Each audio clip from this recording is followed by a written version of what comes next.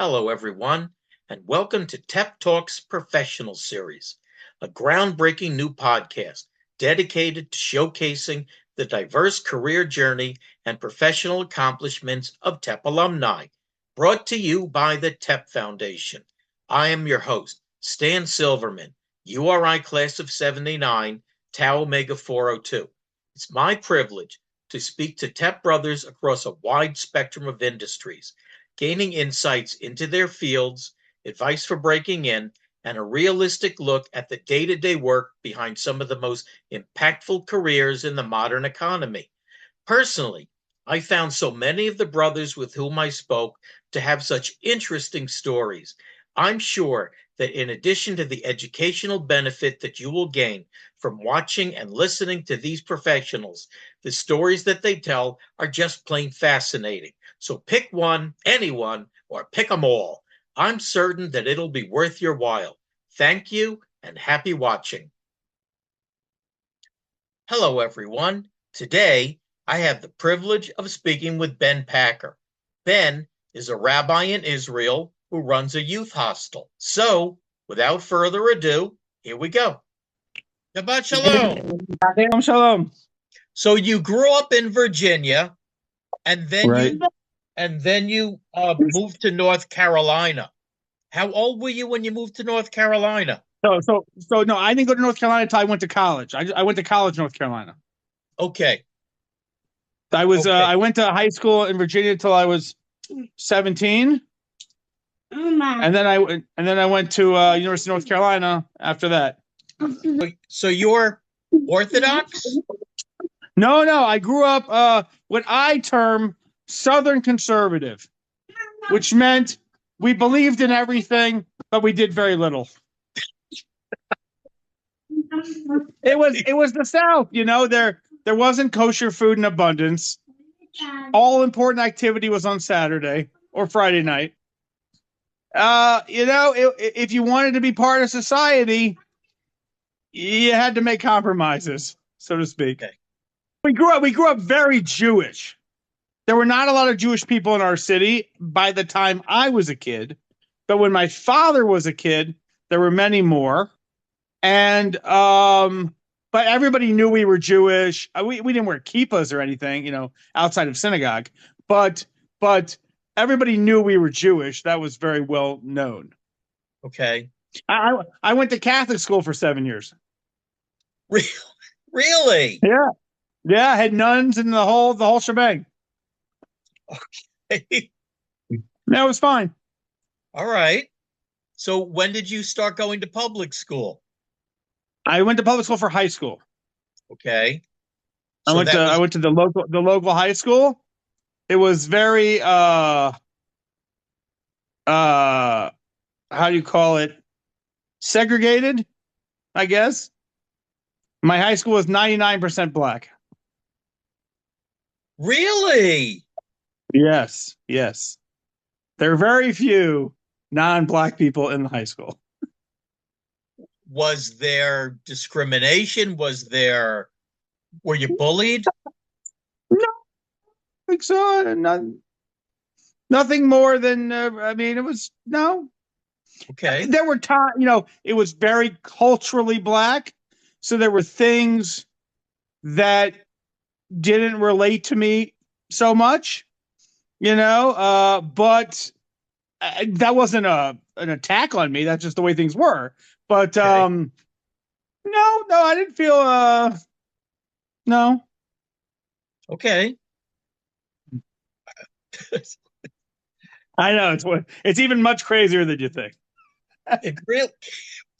So did you have conversations with your family, especially at the Catholic school, when you came home and you discussed things, and then your parents said, that's very nice, but that's not what we believe in or what we do? No, we were very Jewish. We were very Jewish. We weren't as observant, so to speak, maybe as a lot of people, but for our town, we were ultra Orthodox, and we went to Hebrew school and synagogue, and we knew a good amount, and we knew what we didn't believe in, and the Catholics themselves were very understanding and everything. They didn't, there was no attempt to, any shenanigans of any kind. It was totally fine. And they didn't try to convert you? No, none of that. My father is still very involved with the school. Okay. So you were not Shomrei Shabbos? Oh, no. And you didn't keep kosher? No. Okay. I'm not judging you. I didn't do either of these things. No. We kept a certain, no. Okay. So now you went to University of North Carolina, and then you went to Israel, where you served in the armed forces, and you became a rabbi. You became not certified, ordained. I'm sorry, ordained. Yes. And you met your wife. Right. So And I became more observant in college when I was in the TEP house. I became more observant, and as chancellor, I actually became Shomer Shabbos. I started keeping Shabbos as chancellor. Okay. When did you decide you wanted to become a rabbi? So becoming a rabbi, that wasn't really a life goal or anything. That was just a matter of I had been in yeshiva and Jewish educational institutions, and I wanted, along with my wife, to go and work on a college campus, as a rabbi. So therefore, I did the study to be ordained as a rabbi, because I wanted to do this thing. I don't know. Maybe I don't know if that sounds weird or not, but my goal wasn't to be a rabbi. My goal was to do this job for a few years on the campus, and that's called being a rabbi. So I needed to do the study to do it. I was already studying in yeshiva anyway. I just shifted the focus for part of the day towards the ordination. I didn't necessarily know. I knew I wasn't going to be on the campus for more than a few years. So I didn't necessarily know that after I was done with that, I would continue in some kind of rabbi-like profession. I didn't know what I was going to do. Okay. You went to yeshiva in North Carolina or in Israel? No, only in Israel. Okay. All right. So when you were in college is when you decided that you wanted to come back and become a rabbi with students. No. It was when you went to Israel.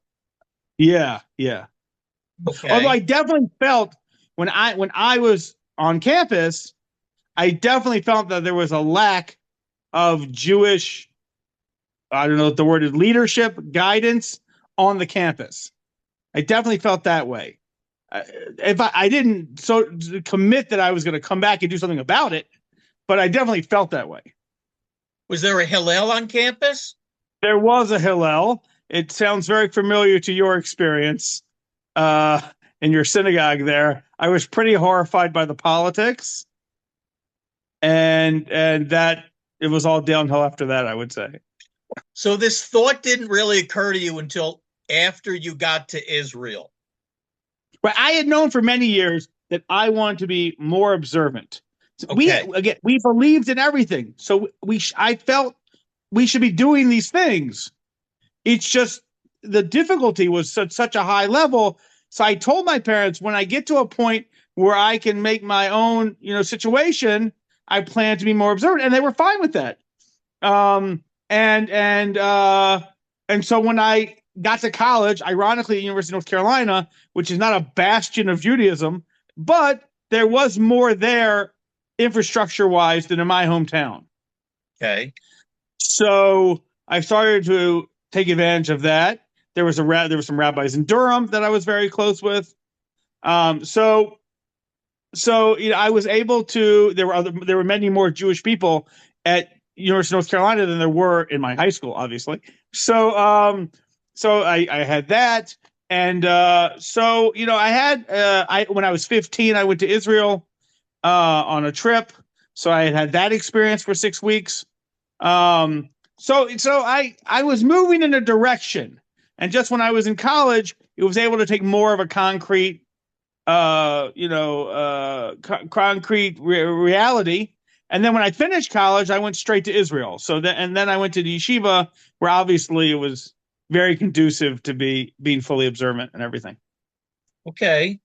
So you never really were looking for a pulpit. You were looking more to lead adolescents and college students into a Jewish life. Yes. Yes. And I also felt a certain responsibility because I felt like people helped me when I was in college to some degree, and I felt like some people didn't help me so much. So I felt like, I wanted to give back, whatever the word is. Okay. But even when I was going to be on the campus, I was fully committed to still living in Israel. Just that I wanted to do that thing for a little bit. Okay. So then all right, so you went to yeshiva, you served in the military, you became ordained, and then you brought your wife back to North Carolina, and so you worked at UNC as well as Duke. I spent hours reading your biography. So I'm tons of fun. Yes, you are. And then you went back I don't know to how Israel. I don't know how much you went into the Google, but there's all kinds of great stuff there. Yeah, I did. I have hundreds of questions. That's why I asked how much time you have. So then you Not all the people that ask me questions are as friendly as you. well, thank you. Yeah. Okay, so then you came back to Heritage House. Had you done any work with Heritage House before they asked you to be director? Yes. So I've been helping at Heritage House for the years when I was in yeshiva. Okay. Not when I was in the army, because that wasn't so practical. But with the years I was in yeshiva, I had helped out on Shabbat for their different programming for the years. And I, ironically or whatever, I had told my wife, I said, I don't know about this whole rabbi thing. I'm not sure, but Heritage House, that I could do. I could do that for a while. But there was this very famous rabbi that ran the Heritage House, and very well respected, and a very important person in the Jewish world, and he was like a legendary figure, and unfortunately he got very sick. He got very, very sick very quickly, and there was nothing to be done, and then he was just, he just couldn't function. That was it. And they were just going to close the place down, because what are you going to do? I mean, this rabbi, he's the whole thing, and he can't do it. Mm-hmm. So I said, well, I'm coming back to Israel anyway. Let me take a chance at it. And they said, but you don't have any experience fundraising. And I said, I don't have any experience fundraising, but I'll try. Until today, I'm still very bad at it. Don't worry. Checks in the mail. I'm very bad. I'm very proud of my my lack of ability. But in addition to giving these youth spiritual guidance, you also need to keep a building maintained. You need to have food service. You need to have laundry service. You need to keep these people safe. I don't know if you have a bomb shelter or not. We actually do. We actually do have a bomb shelter in the building. Okay. So, but managing this, you're not just the spiritual leader and the fundraiser. You have to manage this facility, which takes an awful lot of different skills. Yes. And additionally to all that, a lot of these people are by definition far away from their families. So there's everything that comes with that as well, whether it comes to their health, both mental and physical, and everything else. Yeah, it's a tall order, thank God. I honestly, to be honest with you, the reason I'm late for this is a soldier was just here, who just came out of Lebanon, and he's off for a few days, and he came by to my house in the rain to talk to me, and so I can't, of course, so. Can't say no. And his father went to NC State when I was at UNC as a student. Okay. Yeah. Small world. So we're very connected. And so when he came to Israel, his father called and said, "Will you take care of my son?" I said, "Of course." Okay. Yeah. All right. So I'm coming back to Israel anyway. Why were you going back to Israel after being in North Carolina again? There's a lot of discussion in the Jewish world about how should a Jew relate to Israel? What is Judaism? How does Judaism relate? What responsibilities people have as it pertains to Israel? And this is a big discussion, obviously. For me, I don't work in the Aliyah department, as it's called. I don't tell everybody they have to move to Israel. That's not my thing. But for I think everybody has to ask themselves, where can you reach your full potential? And that's going to be different for different people. And for me, I felt like in Israel, I can reach my full potential better than anywhere else as a Jew. And it's funny, only in the last, I don't know, 2 years maybe, did I ever really consider what would it have been like if I had lived in America all these years. And like an idea, like a picture came into my head of what it would have been like. And it was fine. It was totally fine. It was good. It was even good. But it wasn't, and it was easier. It was a lot easier too. But I still feel strongly that for me, as a Jew, my potential is best reached here. Okay. And I don't know if that's true for everyone. Maybe it is true for everyone. Some people definitely say that, but I don't know about that. But for me, I felt that was the case. It's very hard for my parents. It's very hard for me doing that to my parents, and the rest of the family. But that's a decision that I made. Okay. It helped. My wife is from here, and right. Her parents live here, and she's from a family of 10 children, and most of them are here. So I do have that family here, so to speak. I don't have anybody from my family here from any side or any branch or anything that I know of. It's okay. So how long has Heritage House been in business? I believe since about 1985. Okay. And I have been helping since 1999. And I've been in charge since 2011.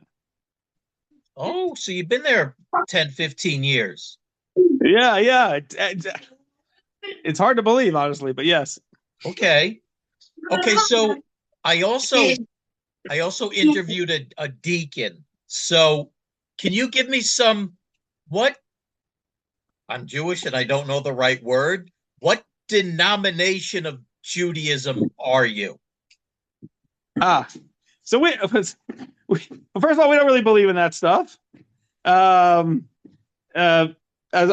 philosophically, I know it exists. I know that denominations exist, but I don't philosophically believe in them, and that I don't think they should exist, so to speak. I think everyone should just do the best they can. But we would be termed ultra Orthodox, or in Hebrew, Haredi. Okay. That's how we would be classified by people who classify people. Okay. So there's Reformed, Conservative, Orthodox, you're ultra Orthodox. I guess so. Yeah, in the thing. Okay. But you don't have payas. I have little payas. You also have. You also have. Maybe you didn't know, but you have. Okay. You just have to have enough to grab. All right. I was in the jewelry business, so I worked with an awful lot of Hasids in the jewelry business. Yes, they take their payas very seriously. Yes, they do. They do. Okay. So payas are very in style now, just so you know. Oh, all right. Okay. Very in style. A lot of people whose parents don't have big payas have big payas. Very popular. Okay. What are some of the highlights of being a rabbi at the Heritage House? Well, I get to meet very interesting people who a lot of times have very impressive characters. You know, they're trying to do something that's maybe a little out of the ordinary. We are outside, so to speak, of the regular Jewish educational system. Not that there's anything wrong with people who are in that educational system, but if someone is outside of that system, it's already a little interesting. And maybe they're trying to do something superlative, so to speak, for the Jewish people.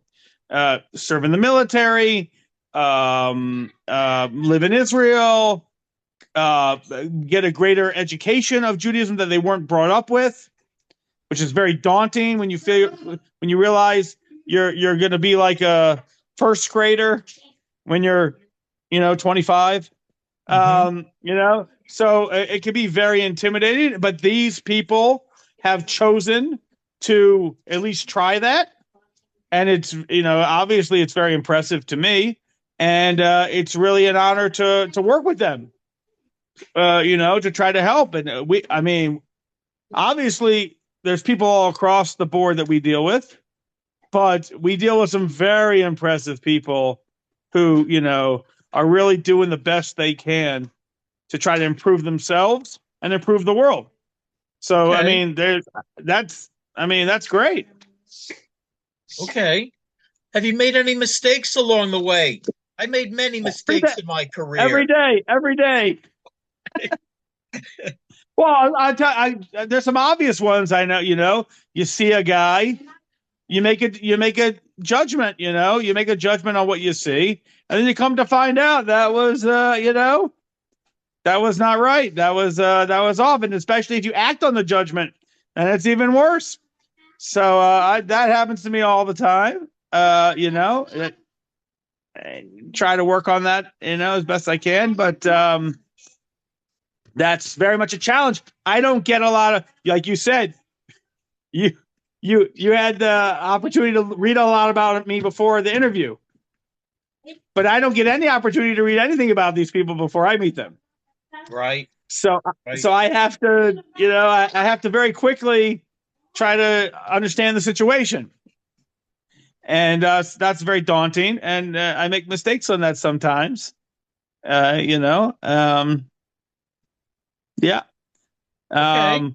We do, one of the things we do at the Heritage House, which you might have seen, is we do a lot of volunteer projects. But they're very serious projects. It's not some of it can be quite intense. And sometimes it's very important to follow instructions, the first time. And so sometimes, there can be a little yelling or stuff that goes on. So maybe sometimes I fly off the handle a little bit over there a little too quickly. There's another thing. So yeah, I admit that. I think anybody could tell you about those great stories. Hopefully they laugh about it now. But at the time, maybe it was a little scary. I make mistakes all the time. I try to do better, okay. We all we can do is try to be better tomorrow. What are some of the challenges of your profession? What are some of the challenges? One of the hardest challenges these days, and I see that you don't suffer from this at all, is that people have a really, ADHD and the telephones and everything causes attention span to be very difficult for people. Sure. I'm not perfect at this, obviously, either. But it can be very hard for people to listen to what you're trying to say.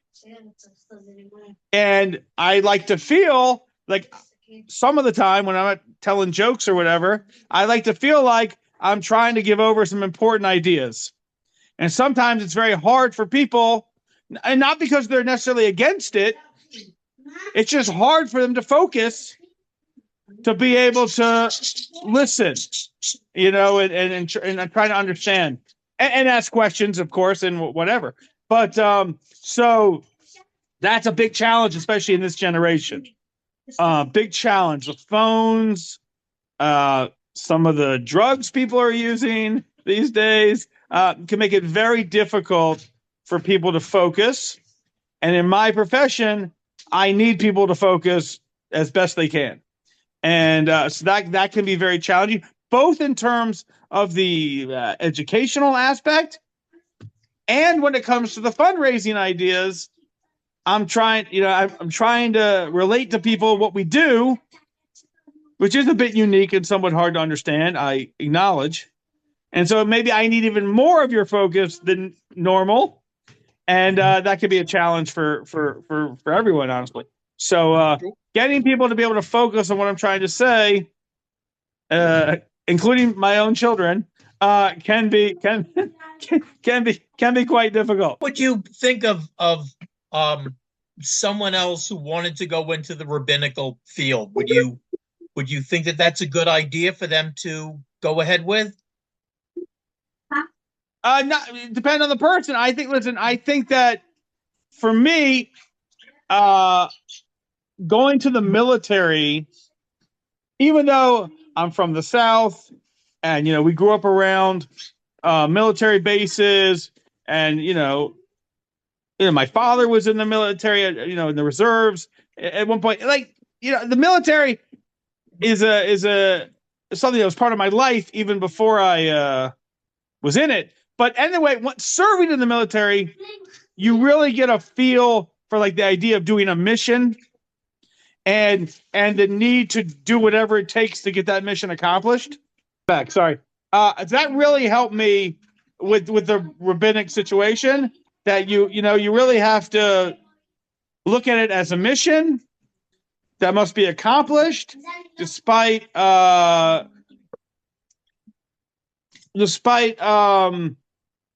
whatever comes your way, basically. I know there are other professions like that as well. I'm not saying it's exclusive, but I think someone who's going to go into the rabbinate really needs to understand that you're going into something that's similar to a war, hopefully with less violence. And it's going to be a challenge, and you really have to stick to your guns, as they say, or man the fort, or whatever, all these expressions. You really got to be ready for that. There will be a lot of opposition, even if that opposition is just some kind of spiritual laziness or whatever, or could it be more opposition? I am very blessed with this, thank God. But some of the anti-Israel people, they don't like me so much. It's okay.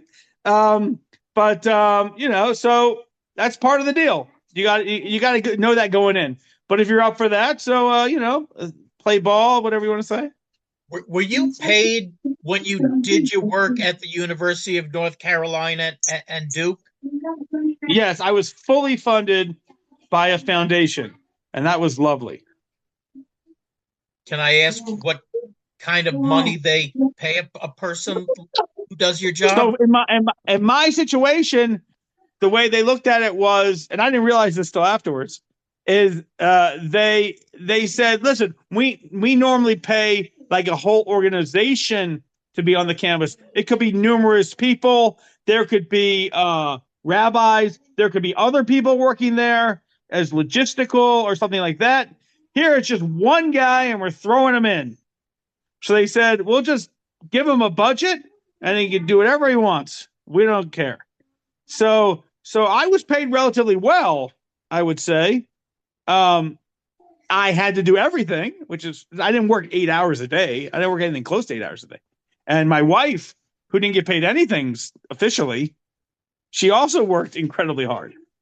So we were all in. But we made, at a certain point, we were offered in the 6-figure range. to stay on the campus. In the end, we were coming back to Israel anyway, so that wasn't a real possibility for us. But we were offered, that. So it's not I mean, we weren't poor, so to speak. Did anyone from the fraternity help you? I realized that you became chancellor, and apparently the chapter cooperated with you. But did anybody from the fraternity help you become a rabbi or influence you to become a rabbi? Not on purpose, I don't think. But I would say that when I was in the fraternity, we were, I think, hovering around 50% maybe when I joined, and then it went down from there of Jewish. But there were Jewish guys in the house, and I felt a certain responsibility to kind of, I don't know, the word is lead them, as I was in a position of leadership in the house anyway. So in a way, that kind of did push me towards this idea. I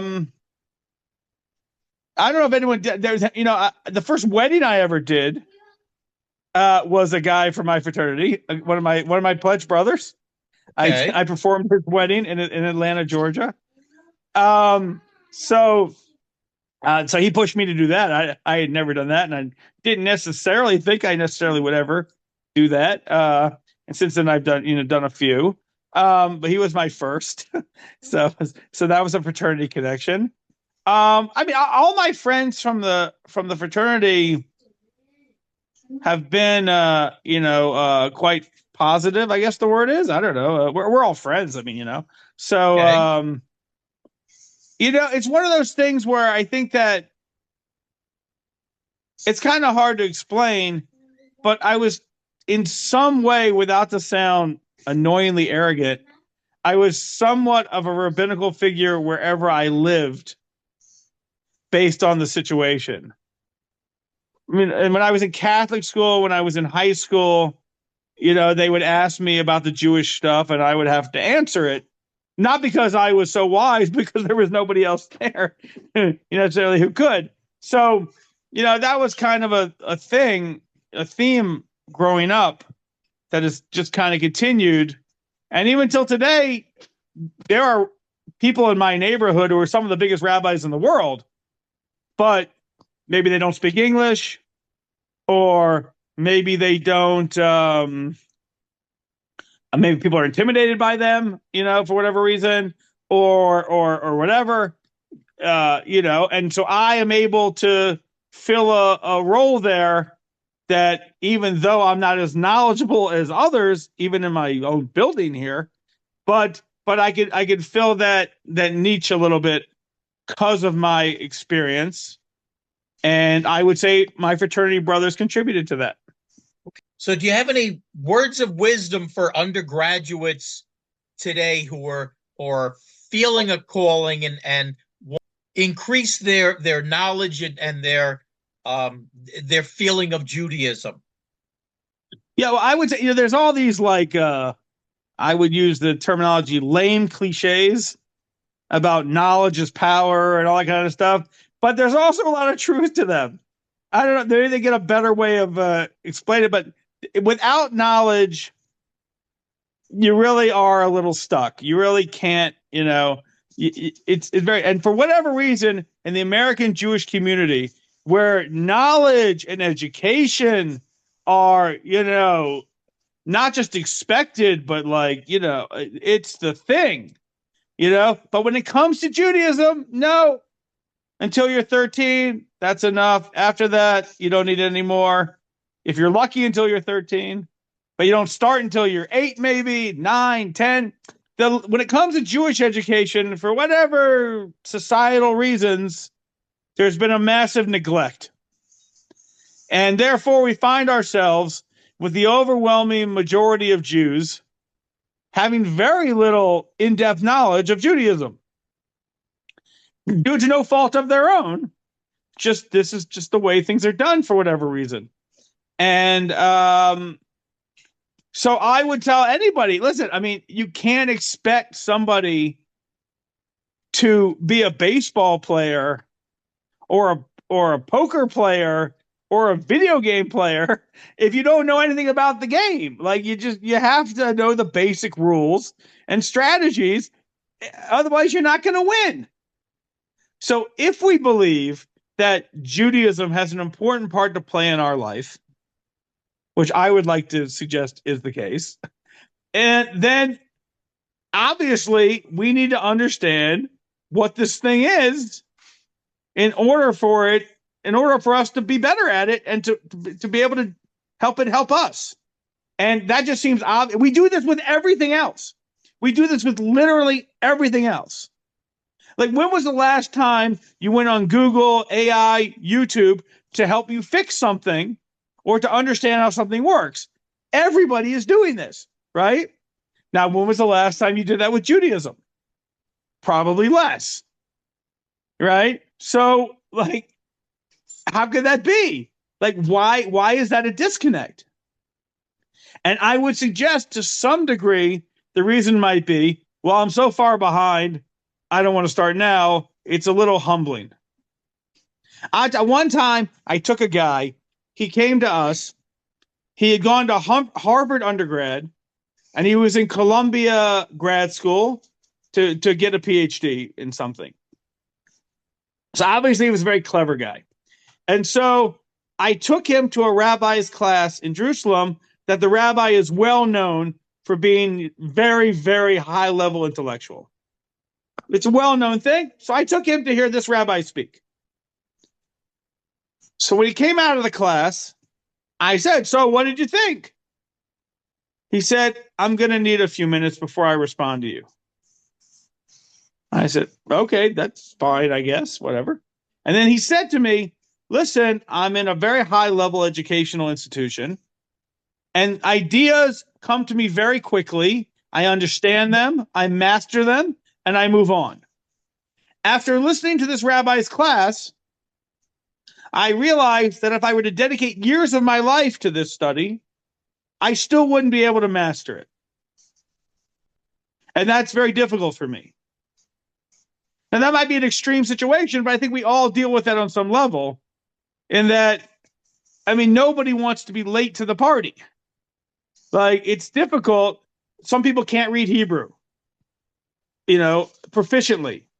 And they certainly can't understand it. That's the overwhelming majority, right? So how are you going? So someone hands you a Jewish book in Hebrew. What are you supposed to do? Look at it? Like, what are you supposed to do? That's a very difficult spot to be in. There's a funny thing you mentioned before, traveling to Israel. So one of the things El asks people is they say, did you ever go to Hebrew school? So then people, yes, of course. I went to Hebrew school for years. And they said, let me hear you speak some Hebrew.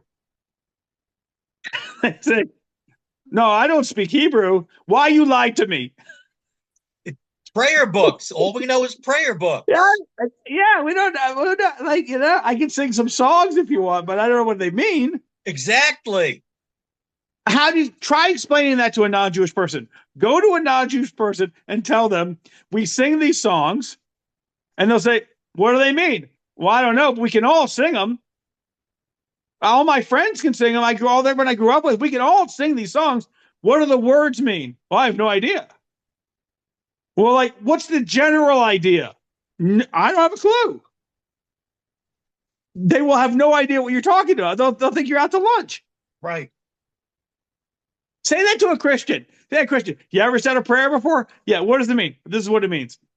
Okay, of course. I mean, what? How would it not be? Well, if it's in Latin, maybe less. Yeah, okay, yeah, there's a few hardcore. Yeah, they might have a similar dynamic, probably. Yeah, it's a weird thing. I don't know. It's you're 100%. But I would say, I'm sorry. I would just say it's very humbling to endeavor on such a path. However, the results are massive. So it's like anything else. Do you want to go to the gym? You got to go to the gym. Yeah, but to go to the gym, you don't have to study kinesiology and biology and nutrition.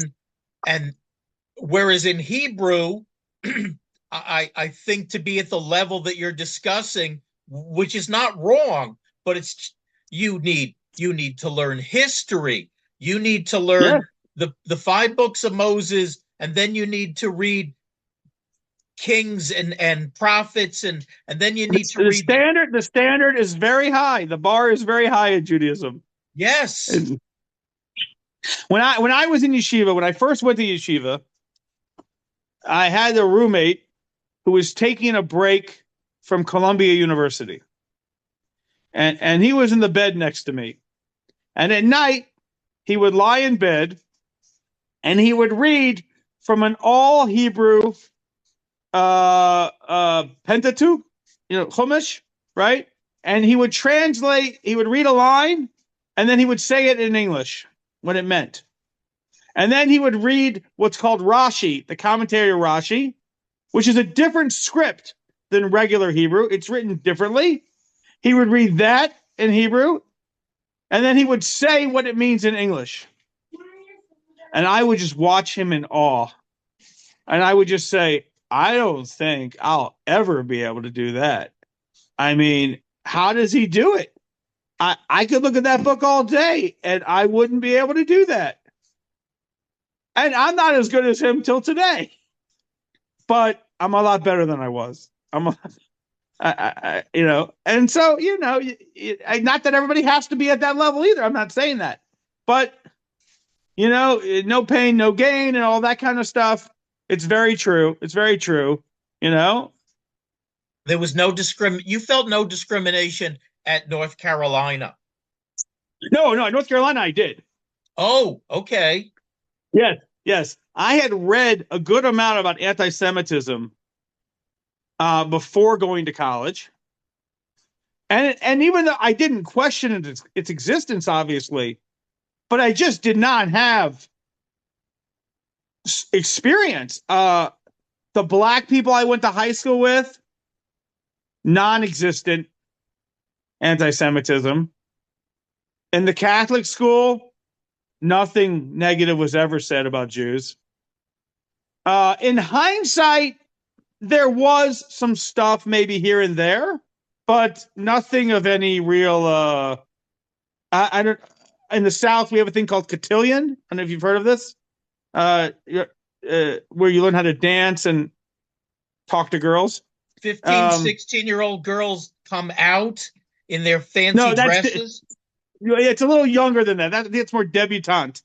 Okay. But the cotillions, but I was invited to that. I mean, so I played sports a lot, so I was involved with all that stuff. But anti-Semitism was something I was aware of, but I hadn't really experienced on any serious level until I got to North Carolina. Until I got in the University of North Carolina was my first real anti-Semitic stuff, and it hasn't stopped since. Okay. Yeah, and it certainly was better then than it is now, I guess. But yeah, there's some. I just never. I never had it before, and there they had it. So that was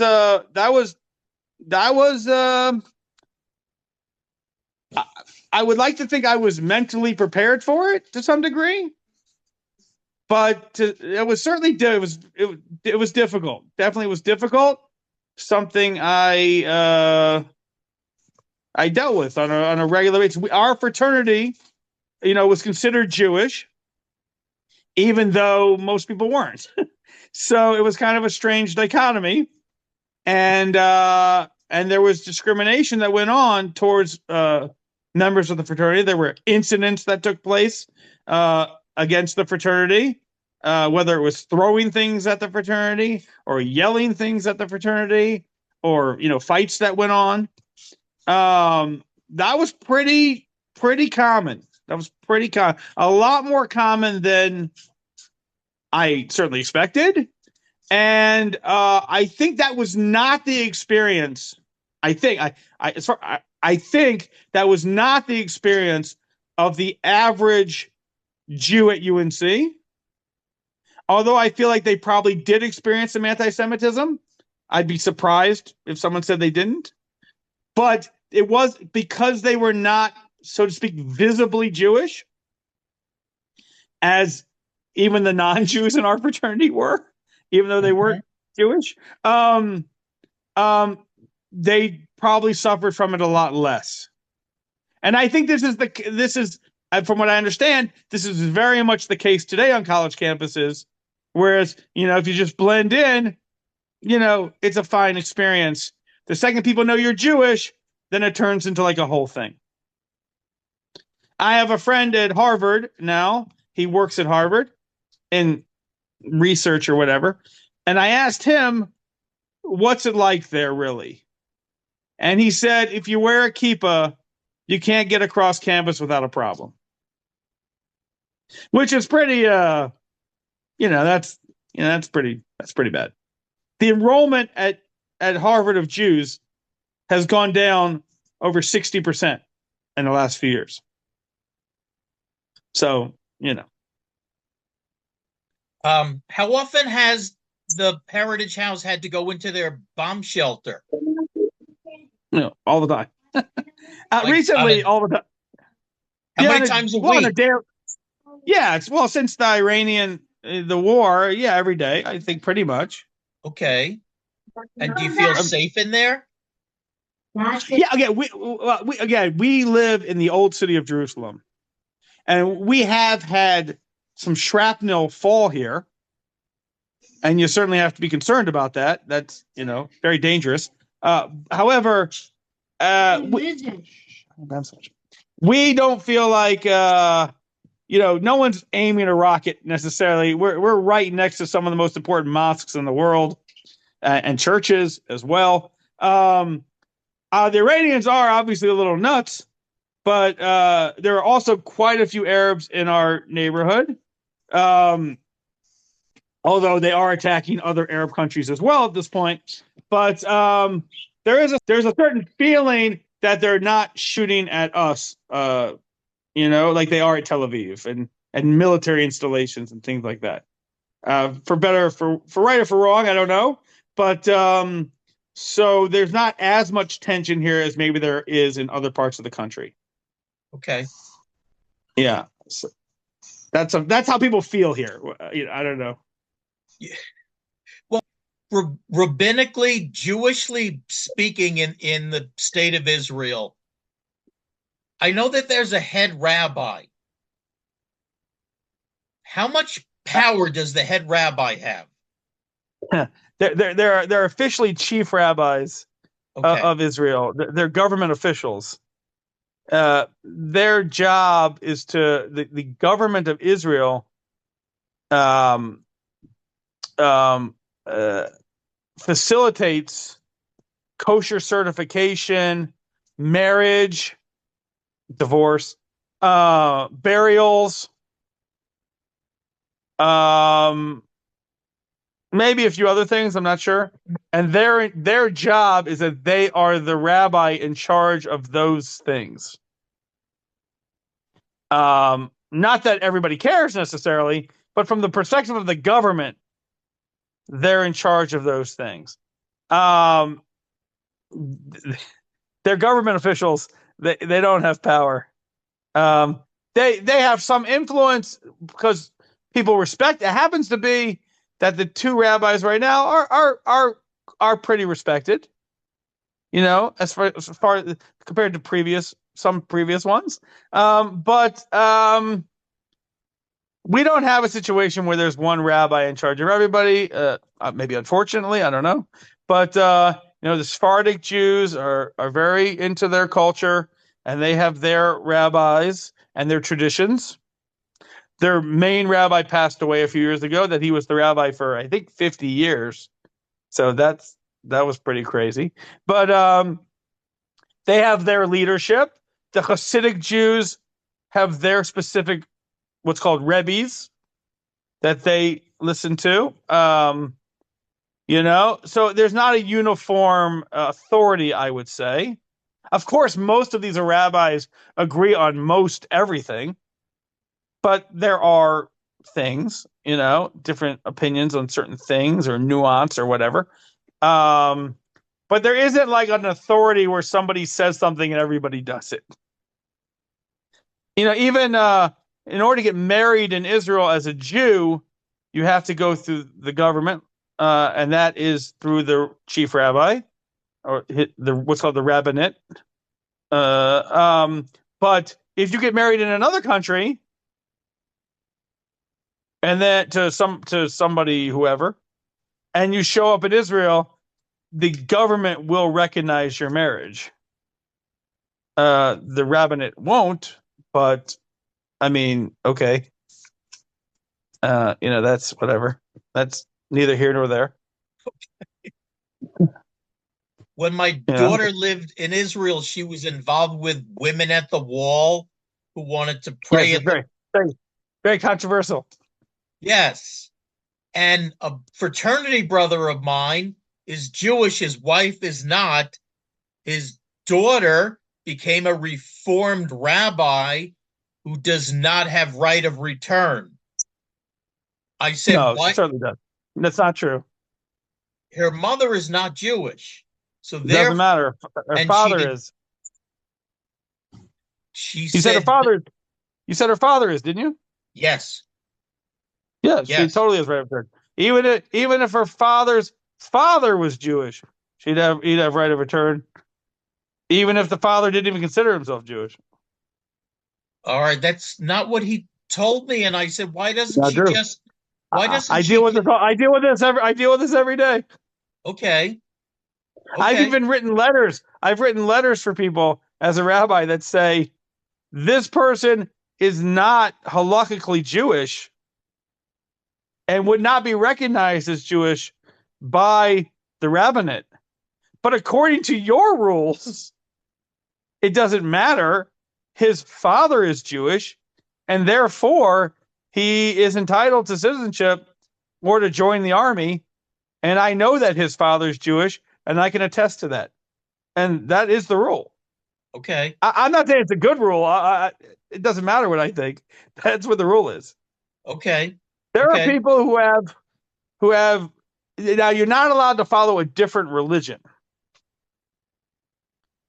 which is controversial. But again, it's not my decision.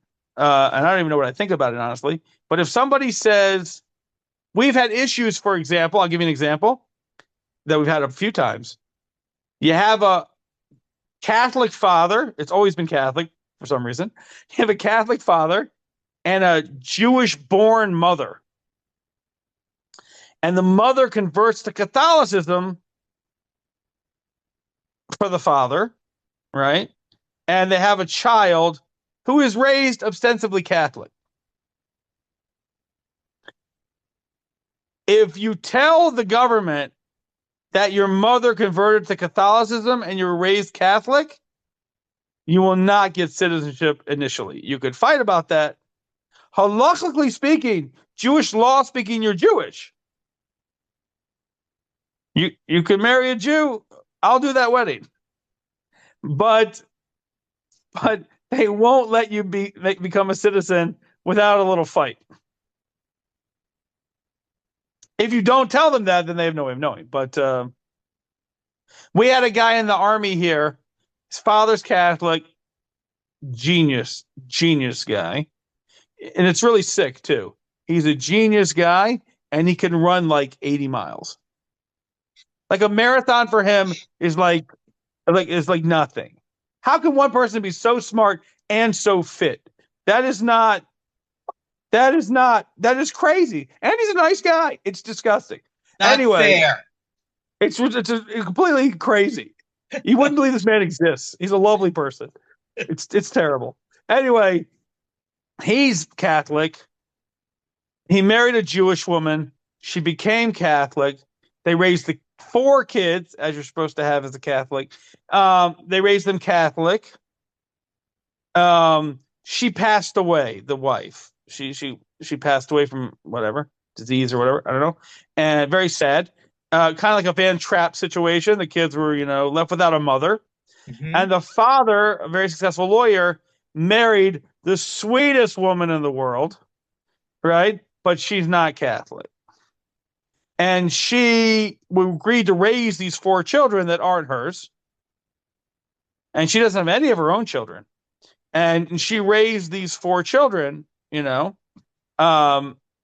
that the Catholics, didn't like that because she wasn't Catholic. So they kind of moved away from the Catholic thing a little bit, And the oldest son said, "My mother was Jewish. I want to do something to honor her memory. I'm joining the army." And he came here and joined the army. He lived with us for a year, and he joined the army. And he was very smart, like his father. And so he picked up Hebrew amazingly well under the circumstances. And he served in the army in a combat infantry unit. And then he went back to America. He went to college, and he married his non-Jewish girlfriend that he had from before he came. And that's it. I mean, he wasn't discriminated against in any way.